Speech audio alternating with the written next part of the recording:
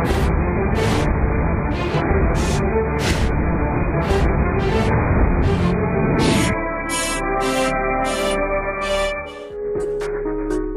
सफल राजनेता, कुशल रणनीतिकार, भारतीय जनता पार्टी के राष्ट्रीय उपाध्यक्ष, राज्यसभा सदस्य, उत्तर प्रदेश के प्रभारी ओम माथुर अपने काम से पहचाने जाते हैं। आज से लगभग 64 साल पहले राजस्थान जिला पाली गांव बाली के रहने वाले चंद्रराज माथुर श्रीमती सज्जन कंवर के घर 1 जनवरी 1952 को ओम जी का जन्म हुआ। प्रारंभिक शिक्षा प्राप्त करने के बाद राजस्थान विश्वविद्यालय से बीए की डिग्री हासिल की। कहते हैं कि उनकी मुलाकात सोहन सिंह और भैरव सिंह शेखावत जैसे लोगों से हुई। यही लोग इनको राष्ट्रीय स्वयंसेवक संघ में लेकर आए। राष्ट्रीयता की विचारधारा और जनसेवा को ही अपने जीवन का मूल उद्देश्य माना और आरएसएस के जिला प्रचारक के रूप में कार्य किया। जनसंघ में भी सक्रिय तौर पर शामिल रहे। देश में आपातकाल के दौरान 19 माह तक जेल में बंद रहे और संघर्ष करते रहे। सन 1979 में भारतीय किसान संघ के अखिल भारतीय संगठन महामंत्री बनाए गए। भारतीय जनता पार्टी में एक समर्पित कार्यकर्ता की तरह कितने ही महत्वपूर्ण पदों को संभालते रहे। 1989 में राजस्थान भाजपा के संगठन महामंत्री बनाए गए। संगठन को बूथ स्तर पर करने की कला के कुशल खिलाड़ी हैं। सन 1952 में राजस्थान की सरकार बर्खास्त कर दी गई। उसी दौरान भैरव सिंह शेखावत को प्रभारी बनाया गया। जहां भाजपा की सरकार बनवाने में कुशल रणनीतिकार का परिचय दिया। सन 2004 में गुजरात राज्य का प्रभारी और भाजपा के राष्ट्रीय सचिव का दायित्व सौंपा गया। यहां भी भाजपा की सरकार बनी। सन 2005 में भाजपा के राष्ट्रीय महासचिव का पद दिया गया। राजस्थान की मिट्टी में मजबूत पकड़ रखने की वजह से राजस्थान के प्रदेश अध्यक्ष बनाए गए। राजस्थान से राज्यसभा सदस्य के रूप में संसद में विभिन्न मुद्दों को बेबाकी से उठाते रहे। सन 2011 में दूसरी बार गुजरात के प्रभारी और भारतीय जनता पार्टी के राष्ट्रीय उपाध्यक्ष का दायित्व संभाला और भाजपा की सरकार बनवाने में सफल हुए। सन 2014 में महाराष्ट्र का प्रभारी बनाया गया, जहां पर भाजपा की सरकार बनवाने में महत्वपूर्ण योगदान दिया। राजनैतिक गलियारों में कहा जाने लगा कि ओम माथुर जिस प्रदेश के प्रभारी बनाए जाते हैं वहां भाजपा की सरकार जरूर बनती है। देश के प्रधानमंत्री श्री नरेंद्र मोदी और भाजपा के राष्ट्रीय अध्यक्ष अमित शाह के भरोसेमंद लोगों में गिने जाते हैं। चुनाव में कंट्रोल रूम में बैठकर चुनावी रणनीति बनाने में बहुत महारत रखते हैं। देश का सबसे बड़ा चुनाव उत्तर प्रदेश में होने जा रहा है। भारतीय जनता पार्टी के चुनाव की महत्वपूर्ण जिम्मेदारी इन्हीं के कंधों पर है। तो आइए शख्सियत के आज के एपिसोड में मुलाकात करते हैं ओम माथुर से। माथुर जी, आपका हमारे कार्यक्रम में स्वागत है। नमस्कार। एक बात बहुत मशहूर है बीजेपी में कि जहां माथुर साहब जाते हैं वहां जीत दिलाते हैं। राजस्थान ले लीजिए, महाराष्ट्र ले लीजिए, गुजरात ले लीजिए, मध्य प्रदेश ले लीजिए, अब बात है यूपी की। तो क्या बीजेपी को खुशखबरी आप यहाँ देंगे कि कुछ अलग चुनाव लग रहा है? कुल मिलाकर के न तो माथुर साहब जिताते हैं, इस पार्टी को पार्टी का कार्यकर्ता जिताता है। और जब इस पार्टी का कार्यकर्ता संकल्प के साथ मैदान में उतर जाता है तो कोई भी बड़ी से बड़ी चुनौती को लेकर के उसमें पार करता, चुनौती में विजय प्राप्त करता है। और इसीलिए भारतीय जनता पार्टी कार्यकर्ता आधारित पार्टी है। ये किसी परिवार की नहीं, किसी समाज की नहीं, किसी क्षेत्र की नहीं।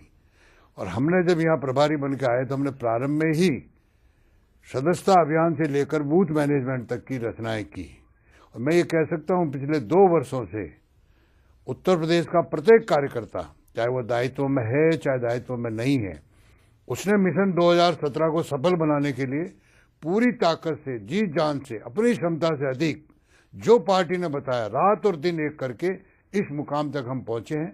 और इसलिए पिछले जहाँ जहाँ मैं प्रभारी रहा, अगर जीते हैं, चाहे मध्य प्रदेश हो, चाहे महाराष्ट्र हो, चाहे राजस्थान हो, चाहे गुजरात हो, वहाँ मुख्य भूमिका कार्यकर्ता की रहती है। और ये कार्यकर्ता ने उत्तर प्रदेश ठान लिया है। और इसके साथ साथ इन दिनों तो हमारे पास एक प्लस पॉइंट और है कि पिछले 2.5 वर्षों में जो आदरणीय मोदी जी ने गांव, गरीब, किसान, मजदूर, व्यापारी, विद्यार्थियों के लिए जो काम किया है, वो काम यहाँ के प्रत्येक मतदाता चाहता है कि मेरी झोपड़ी तक पहुँचे। और इसलिए आम मतदाता ने भी संकल्प किया है कि हमें यहाँ परिवर्तन करना है। और इसलिए जीत कार्यकर्ताओं की जीत है, आदरणीय मोदी जी के विकास यात्रा की जीत है। और ये जो कुछ भी आने वाला है, तैयारी जो हो रही है, जब हम बूथ तक पहुँचे, कल आपकी रैली देखी होगी, रैली के बारे में हमें चुनौती दी जा रही थी कि कोई मैदान नहीं भर सकता, लेकिन मैं ये कह सकता हूँ कि खाली ये मैदान ही नहीं, पूरा लखनऊ महानगर कल रैली में था। और इसलिए जीत कार्यकर्ता जब तैयार हो जाता है, संकल्प लेता था, उसकी जीत होती है। बूथ मैनेजमेंट में माहिर माने जाते हैं वो माथुर जी, तो कुछ जैसे 4 प्रदेश में आप करते थे, कुछ अलग किया है उत्तर प्रदेश में, सुना कोई रिकॉर्ड? निश्चित रूप से देखिए, हम कई वर्षों से हमारा युवा मोर्चा 1 बूथ 10 यूथ की योजना बनाता है, लेकिन हमने गुजरात में रहते रहते हमने प्राथमिक इकाई बूथ बनाई। और इस बार तो अच्छी बात है कि हमारे राष्ट्रीय अध्यक्ष जी ने, पहले हमारी प्राथमिक इकाई वार्ड होती थी, ग्रामीण क्षेत्र में पंचायत होती थी, शहर में वार्ड होता था, लेकिन अब हमारी प्राथमिक इकाई बूथ होती है। पूरे देश भर में प्राथमिक इकाई हमारी बूथ है। तो मेंबरशिप के आधार के नाते, संगठन की रचना के आधार पर बूथ तक गए। और फिर हमने बूथ अध्यक्ष की पहले रचना की। और आपको आश्चर्य होगा कि उत्तर प्रदेश के 6 क्षेत्रों में आदरणीय राष्ट्रीय अध्यक्ष जी बूथ अध्यक्षों से बातचीत करने के लिए आए। और उसके बाद हमने विधानसभा सब बूथ अध्यक्षों के सम्मेलन किए, बैठकें की। और अब तो हमारी हर बूथ पर समिति बन चुकी है। और बूथ समिति में हमने वहाँ का भौगोलिक, वहाँ का सोशल और वहाँ का पॉलिटिकल, तीनों विचारधारा रख करके हमने वो बूथ समिति बनाई है। और इसलिए कहते हैं चुनाव में बूथ जीता चुनाव जीता। तो इसलिए बूथ अगर मजबूत हमारा है किसी पार्टी के पास, तो निश्चित रूप से चुनाव में सफलता मिलती है। इस प्रदेश में 71 सीटें भाजपा को मिली थी, तो नहीं लगता है कि चुनौतियां ज्यादा हैं इस बार आपकी? निश्चित रूप से पिछले 15-20 वर्षों से भारतीय जनता पार्टियां तीसरे चौथे के लिए संघर्ष कर रही थी, लेकिन पिछले लोकसभा में जिस प्रकार का जनता ने वर्डिक्ट दिया है, मेरे लिए सबसे बड़ी चुनौती थी उस वर्डिक्ट को, 2014 के वर्डिक्ट को मुझे 2017 तक मेंटेन रखना। और मेंटेन रखने का काम मेरी पार्टी का सदस्य, मेरी पार्टी का कार्यकर्ता, मेरी पार्टी का संगठन करता है। और वो हमने किया है। और वो चुनौतियों से हम खूब आगे बढ़ चुके हैं। ओम माथुर जी, चर्चा हमारी जारी रहेगी। मिलते हैं एक छोटे से ब्रेक के बाद। ओम माथुर जी, आपका हमारे प्रोग्राम में स्वागत है। जब माथुर साहब लखनऊ आते हैं तो विरोधी को बहुत डर लगता है। कभी स्वामी प्रसाद मौर्य आ जाते हैं, कभी रीता बहुगुणा जोशी आती हैं, कभी ब्रजेश पाठक आ जाते हैं। तो ये डर चला करेगा अब तक कि कैसे ये डर जो है? नहीं, ये तो चलता रहेगी। डर नहीं करना चाहिए इसको। ये हमारी सामंजस्यता कहनी चाहिए। हमारी विचारधाराओं से प्रभावित होकर के आते हैं। और ये मेरा पहला प्रयोग नहीं है। मैंने 90 में जब सबसे पहले राजस्थान में सरकार बनाई तो हमारी जनता दल और बीजेपी की मिलीजुली सरकार बनी थी। हमने साल भर में जनता दल में स्प्लिट करके जनता दल डी बनाया था। 92 में हमारे यहाँ लगभग 5 सरकारें सस्पेंड की थी। 93 में जब दोबारा चुनाव हुआ तो सिर्फ राजस्थान रिपीट हुआ। तो हमने सबका साथ सबका विकास, ये हमारे नेता ने नारा दिया है। तो जब सबका साथ लेना है तो नए लोगों को साथ लेना चाहिए। और नए लोग हमारे साथ जुड़ते हैं। पार्टी आज यहाँ तक पहुंची 1950 से लगाकर, तो ऐसी बहुत बड़ी मात्रा में नए लोग पहुंचे जो हमारे लिए एसेट भी बने। तो इसलिए नए लोगों से हम स्वागत करते हैं, हमारी विचारधाराओं से प्रभावित होते हैं, स्वागत करते हैं। इसलिए डर नहीं, ये तो उनकी हमारे विचारधाराओं से प्रभावित होकर के और हमारा व्यवहार वो देख रहे हैं। मोदी जी के नेतृत्व में भरोसा, वो देख रहे हैं कि अब देश अगर आगे बढ़ेगा। 70 सालों से देश दीनहीन लाचार की भावना में था। आज अगर देश आगे बढ़ रहा है मोदी जी की योजनाओं से, मोदी जी की संकल्प शक्ति से, मोदी जी की इच्छा शक्ति से आगे बढ़ रहा है, तो निश्चित रूप से हर एक व्यक्ति चाहता है क्यों नहीं हम भी मोदी जी के साथ जुड़े। तो ये मोदी जी के मिशन के साथ जुड़ने वाले लोग हैं। तो टिकट चाह रहे होंगे सारे जो आ रहे हैं बाहर से, तो आपकी अपनी पार्टी के जमीनी कार्यकर्ता हैं, उनमें कहीं कोई डर की भावना तो नहीं होगी? देखिए, हमने जिन जिन को भी पार्टी में लिया है, हमने निचले स्तर तक हमारी पार्टी के कार्यकर्ताओं से सलाह करके, मशवरा करके, उनसे राय करके हमने पार्टी में लिए है। और टिकट का मापदंड अलग रहता है। टिकट में जहां उनकी वास्तविकता रहेगी उनको मिलेगा, लेकिन कार्यकर्ता हमारे सिद्धांतों के साथ कहीं हम समझौता नहीं करने वाले हैं। भाजपा में एक बहुत देखा गया है कि अमूमन जब टिकट बढ़ता है तो नामांकन के एक दिन पहले दिया जाता है। अब की वही परंपरा रहेगी, कुछ पहले तैयारी है या कुछ जल्दी? ऐसा कुछ नहीं होता है, हर जगह की अलग अलग। देखिए, बाकी लोगों को टिकट बांटना अपनी जेब में से, वो जता कि जो आप उत्तर प्रदेश की रचना कर रहे हो, तो जो उत्तर प्रदेश में पार्टियां हैं वो अपने परिवार से या अपनी जेब से बाहर जाने वाले नहीं है। हमारे यहाँ बाकायदा एक सिस्टम है। हमारे प्रदेश का संसदीय दल होता है जिसको चुनाव समिति बोलते हैं, हमारा केंद्र का संसदीय दल होता है। हम नीचे तक पूछ परख करते हैं, नीचे से राय लेते हैं, फिर हमारी चुनाव समिति बैठती है, वो चुनाव समिति नाम छांटती है, वो लेकर के हम दिल्ली जाते हैं। तो हम दिल्ली, जब भी दिल्ली हमें बुलाएगा हम दिल्ली तैयार हैं, जब भी सेंट्रल पार्लियामेंट बुलाएगा हम जाने के लिए तैयार हैं। एक बात, आजकल जो समाजवादी पार्टी में लड़ाई चल रही है, आपके हिसाब से, आप भी पिता हैं, तो पिता पुत्र का झगड़ा राजनीति में कितना अच्छा है? मतलब देखिए, ये झगड़ा वास्तव में शुरू में तो बंटवारे का था, और ये बंटवारा क्योंकि जो पिछले वर्षों में इन्होंने लूटा है, और शुरू से मैं एक जगह मुख्यमंत्री का इंटरव्यू देख रहा था तो कहा कि आपका कांग्रेस से समझौता होगा क्या, राहुल गांधी ने आपको नेता माना है। तो मुख्यमंत्री का जवाब सुन रहा था, उन्होंने कहा कि पहले मेरी पार्टी तो मुझे नेता माने। तो उनका झगड़ा वो निपटा है। भारतीय जनता पार्टी झगड़े में कहीं नहीं बोलती है, और इस झगड़े के लाभ हानि की हम चिंता नहीं करते। भारतीय जनता पार्टी को अपने सिद्धांतों पे, अपने कार्यकर्ता पे, अपने संगठन कौशल्य पे और आदरणीय प्रधानमंत्री जी के किए गए 2.5 वर्ष के कामों पे पूरा भरोसा है, और वो लेकर के हम जनता के बीच में जा रहे हैं। समाजवादी पार्टी में अखिलेश सरकार के 5 साल को आप कैसे लेते हैं? विकास, वो बहुत कहते हैं कि बहुत विकास हुआ उत्तर प्रदेश। मेरे ख्याल से आजादी के बाद अगर 5 साल किसी सरकार का टेन्योर, सबसे खराब ये 5 साल यहाँ निकले हैं। यहाँ की जनता त्राहिमाम कर रही है। समाज जीवन का उत्तर प्रदेश का कोई वर्ग ऐसा नहीं है जो वर्तमान सरकार से प्रसन्न हो। लॉ एंड ऑर्डर जिस प्रकार से यहाँ बिगड़ा हुआ था, जिस प्रकार से भ्रष्टाचार यहाँ चरम सीमा पर था, मुझे लगता है कि उसी का परिणाम है जो रैली आपके सामने देखने को मिली है। मेट्रो है, एक्सप्रेसवे है, इस सब की बड़ी बात होती है अखिलेश। ये हर एक जगह करते हैं, एक्सप्रेसवे, मेट्रो सब कर दे, लेकिन मेट्रो एक्सप्रेसवे का उद्घाटन कर दिया गया। आज वो भी जनता के लायक है चलाने की। चुनाव आते हैं जब चीजें याद आती है, ये चीजें शुरू से करने की थी। आखिर आप देखिए, मैंने एक हमारे यहाँ से मेल आईडी हमने जारी किया था कि जहाँ जहाँ सफाई गुंडों ने या सफाई के नेताओं ने जमीन कब्जा कर रखी, हमें सूचना करो। आदरणीय मुलायम सिंह जी नेताजी को अपनी पार्टी के वर्कर्स मीटिंग में कहना पड़ा कि जमीनों पे कब्जा करने से नेता नहीं बनोगे, सरकार में नहीं आओगे। तो ये जो है दृश्य, ये आप लोगों के सामने है। और अब जो दिन भर हो रहा है पिछले 10-15 दिनों से परिवार में, अगर विकास की राय होती तो काय के लिए झगड़ा होता, क्यों झगड़ा होता? तो ये विकास की राय नहीं है, ये राय अपने को स्थापित करने की राय है, और वही झगड़ा इनके यहाँ चल रहा है। मायावती जी की शिकायत है कि वो भीम ऐप जो है वो दलितों को ध्यान में रख के और उनसे बरगलाने के लिए कि बहुजन समाज पार्टी साथ ना जाए, इसलिए लॉन्च किया गया है। और मेरे ख्याल से मायावती जी के पास अब कुछ कहने को शब्द नहीं रहे। उन्होंने कई सपने देखे होंगे, उनके सपने चकनाचूर होते जा रहे हैं। भीम किसी की बपोती नहीं है, और भीम के नाम से अगर कोई ऐप जारी की है तो क्यों घबराने की जरूरत है? अरे हम वो हैं, तुमने तो खाली नाम लिया है, मूर्ति लगाई।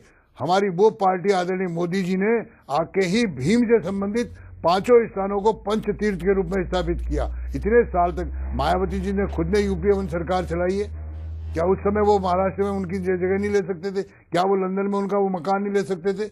मायावती जी खाली बौखला करके ये बोल रही है। और मेरी एक कल्पना है कि अब इनके पास पिछले 25-30 वर्षों तक हमारे ऊपर आरोप लगाने के अलावा कोई बचा नहीं, क्योंकि जनता इनको अच्छी तरह से परख चुकी है। और वो जो भी आरोप लगा रही है, राजनीतिक दलों का रिजल्ट या परिणाम मतदाता देता है, और मतदाता देगा आने वाले समय में। आपकी लड़ाई किससे है, सपा या बसपा? समाजवादी पार्टी से। ओम माथुर जी, चर्चा हमारी जारी रहेगी। मिलते हैं एक छोटी सी ब्रेक के बाद। ओम माथुर जी, आपका हमारे प्रोग्राम में स्वागत है। राष्ट्रवाद के बारे में क्या कहना है आपको? ऐसा क्या कहना है जिससे कि सारी विपक्षी पार्टियां, भारतीय जनता पार्टी और जितने भी जनता है, ऐसा कुछ कोई नहीं बना सकते हैं कि जिससे कि राष्ट्रवाद में सोने की चिड़िया बनती थी हम लोग, वो वापस आ जाए? निश्चित रूप से आदरणीय प्रधानमंत्री जी का अगर पहला संसद का आपका भाषण सुने तो उन्होंने बहुत स्पष्ट रूप से कहा है कि इस देश को अब तक, आज से पहले तक जिन जिन लोगों ने इस राष्ट्र निर्माण में काम किया है, मेरा पूर्ण रूप से उनको नमन है। और फिर उससे आगे एक बात और कही, उन्होंने कहा राष्ट्र निर्माण के लिए राष्ट्र पुनः विश्व गुरु बने, राष्ट्र पुनः सोने की चिड़िया बने, इसके लिए कुछ ऐसे देश में पहलू होते हैं, कुछ ऐसे विषय होते हैं जिसमें सब दल मिलकर के बैठ के चर्चा करे। मैं सबको आमंत्रित करता हूं, लेकिन उनको लगता है कि नहीं, वो ये चाहते नहीं कि देश विश्व गुरु बने। आप बताइए, 68 वर्षों तक इस देश का प्रधानमंत्री हर वर्ष संयुक्त राष्ट्र में जाता है, कोई न कोई विषय रखता है, क्यों नहीं वो विषय की कॉग्निजेंसी लिया गया?